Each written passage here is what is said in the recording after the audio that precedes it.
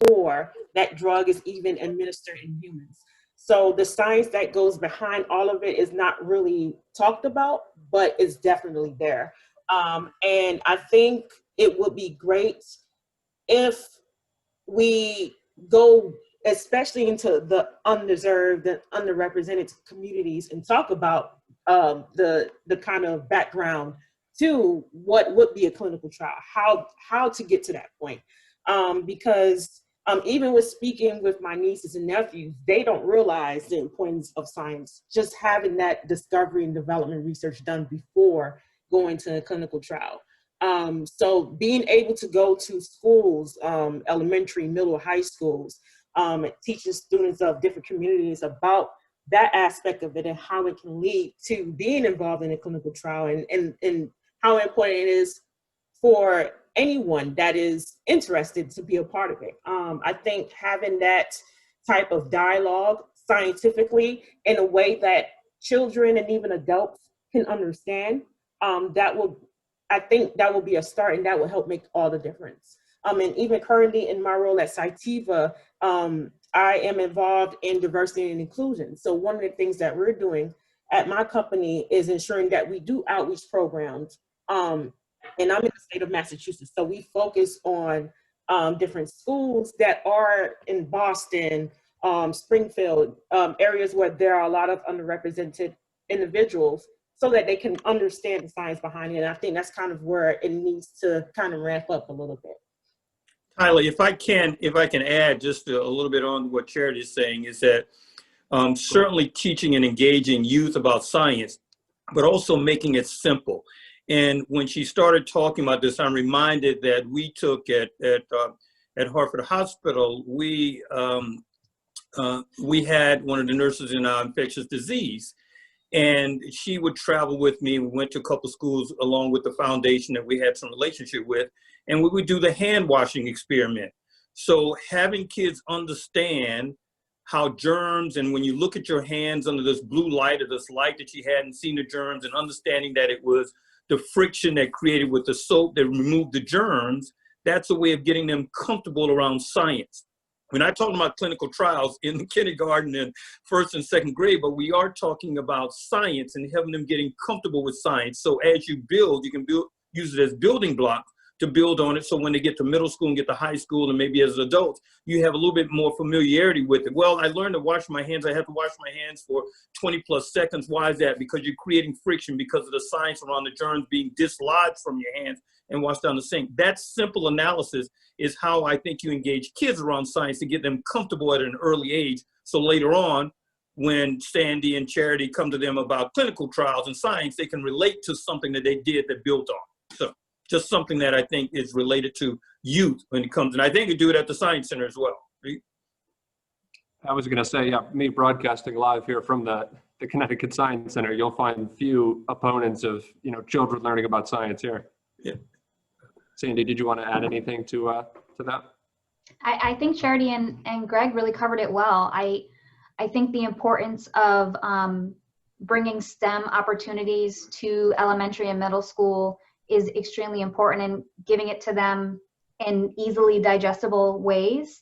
And I think for us on the Pfizer side, we not only is it about sharing and getting people engaged in science, but when we think of the clinical workforce of the future and what that looks like, and how do you start to talk at very early ages about science and research, and getting young kids excited about the opportunity that they could be a doctor that does research or a scientist that works in a lab, so that we can increase the diversity in our clinical trial workforce of the future. Because one of the things that we also hear is from the trust barrier is that if the doctor that's running a clinical trial looks like the people in the community or can speak like them, you automatically have a trust, some level of trust. Whether it's small or big, there's a level of trust. So how do we increase diversity in those clinical trial researchers? And I think it really starts in those early age, elementary, middle school, sessions. And I think what you guys are doing at the Science Center is probably exactly that. All right, so we have sort of maybe time for one more before I toss it back to Amy. You know, of course, we're talking a lot about the COVID-19 vaccine, and you know, this is all being done in a very sort of rushed fashion, and I don't say that disparagingly. It's certainly necessary.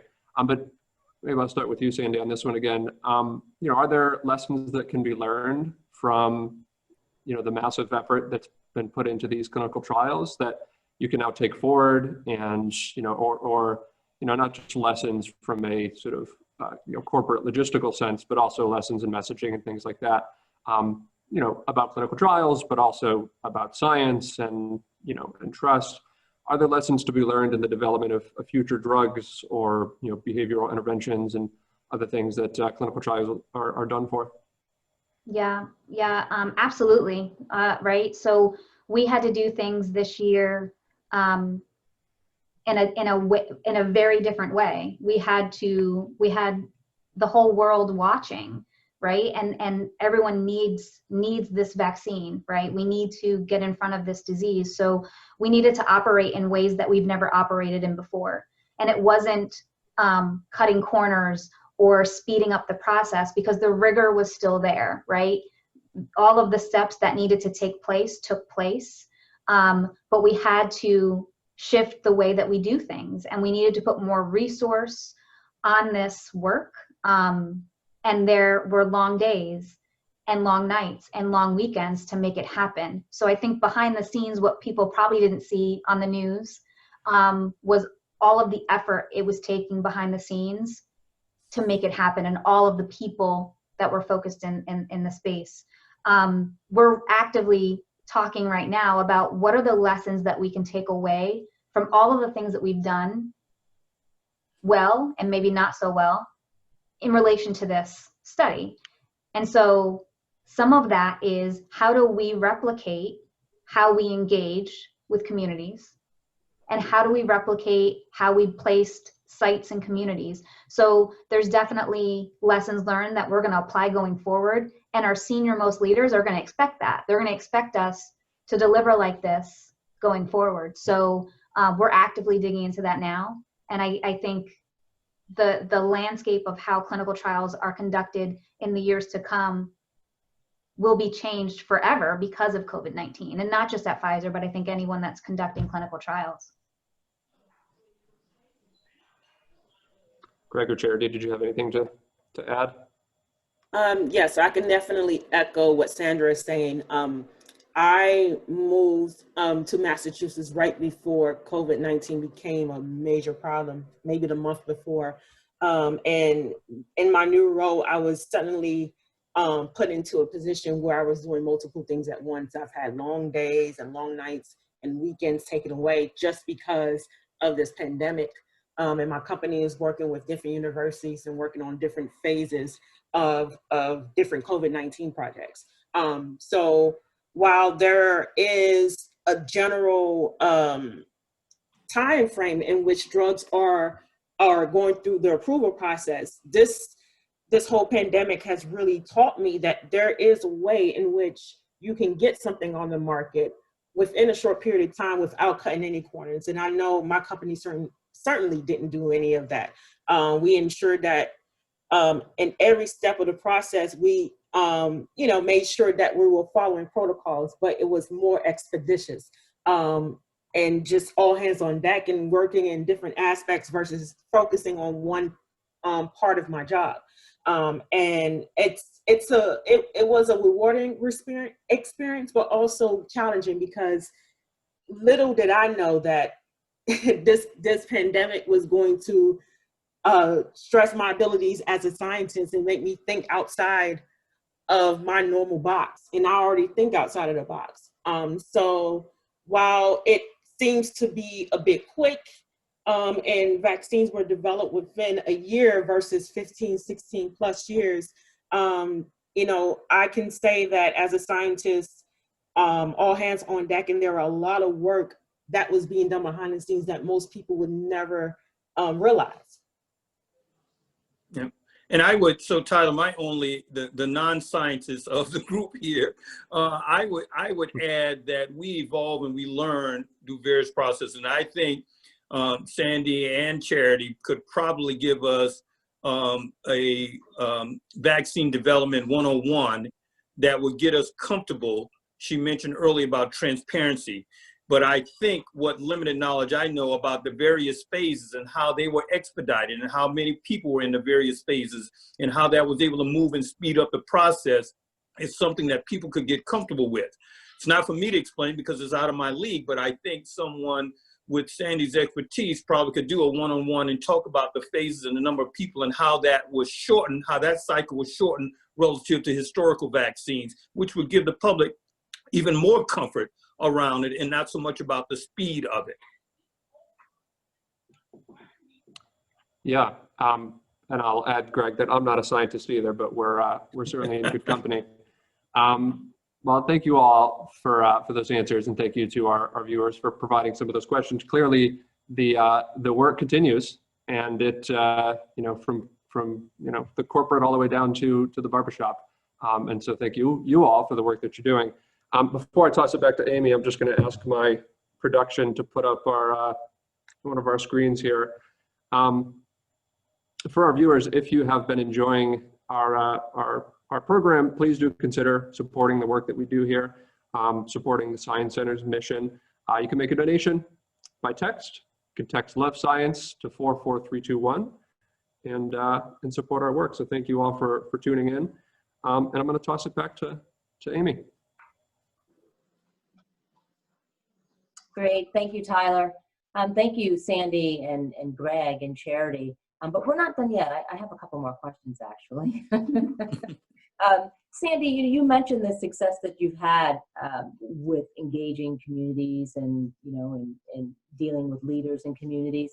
But you guys are located in the southern part of the state. So for us up here in the greater Hartford area, how would we know about some of the clinical trials that are probably going on right around us? Where can we find that information? Point us in that direction, please. Yeah, absolutely. I think that's a really important question and something that everyone should know. And I think, unfortunately, it's not well known. So anyone that is interested or wants to learn more about clinical trials that may be in their neighborhood, community, or local to them, I would always suggest going to clinicaltrials.gov, right? So clinicaltrials.gov, you can go to that website. It is not, so it has nothing to do, like this isn't a Pfizer website. It's all clinical trials, right? So you go into that website, you can search by disease. So if you've just been diagnosed with type 2 diabetes and you want to look for a clinical trial, you can search by type 2 diabetes. You can drill down into your state, into your city, and it will show you potential doctors. And we call them investigator sites, but doctors that are running clinical trials near you. And we'll give you contact information so you can then reach out to get more information. So I would always refer people to clinicaltrials.gov as the primary source to find out more. Thank you for that.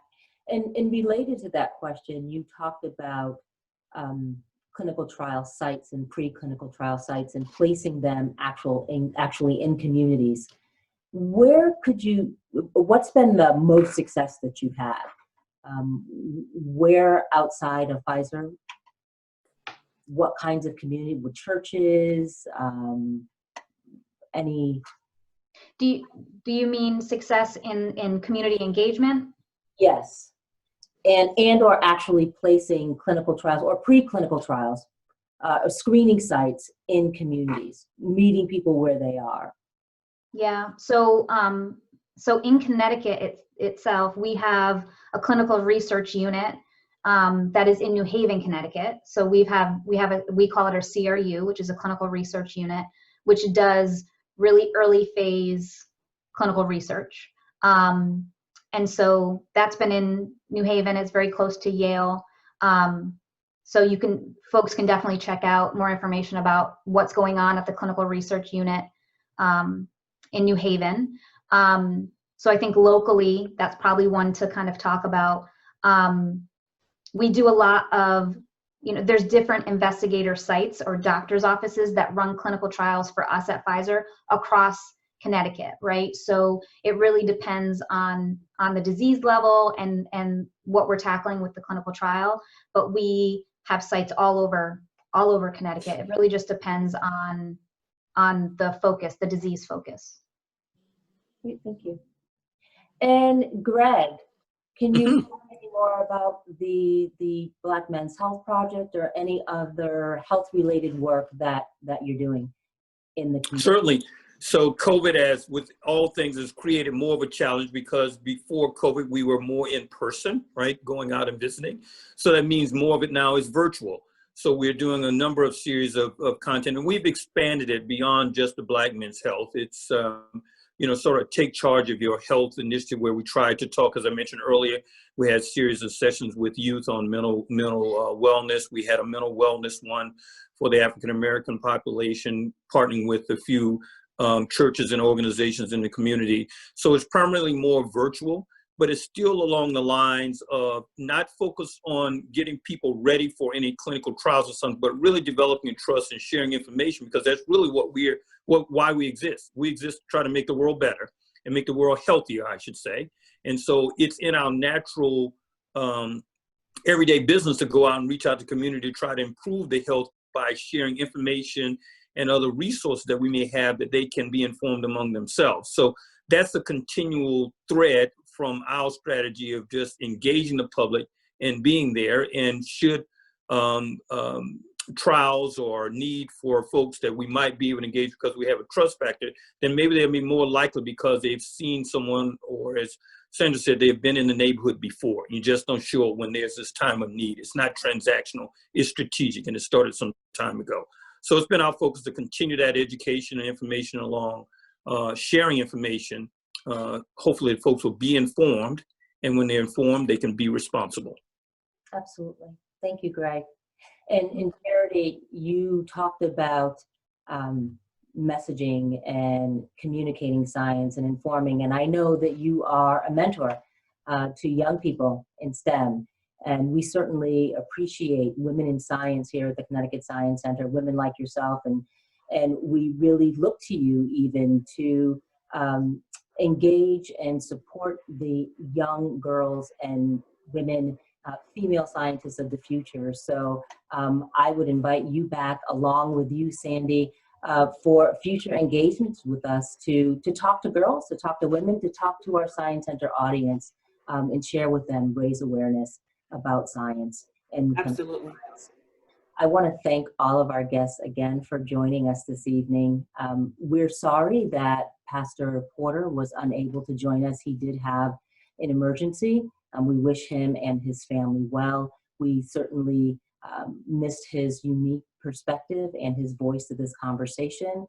But I thank you again all for your time and energy and expertise. Thank you. Thank you. Thank you.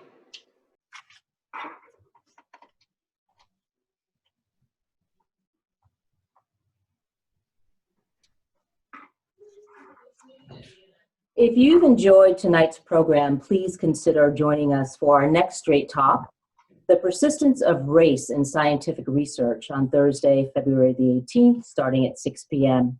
Again, Straight Talk is a pay-as-you-wish program, and tickets can be purchased on our website at ctsciencecenter.org. Thank you for joining us, everyone. Enjoy the rest of your evening.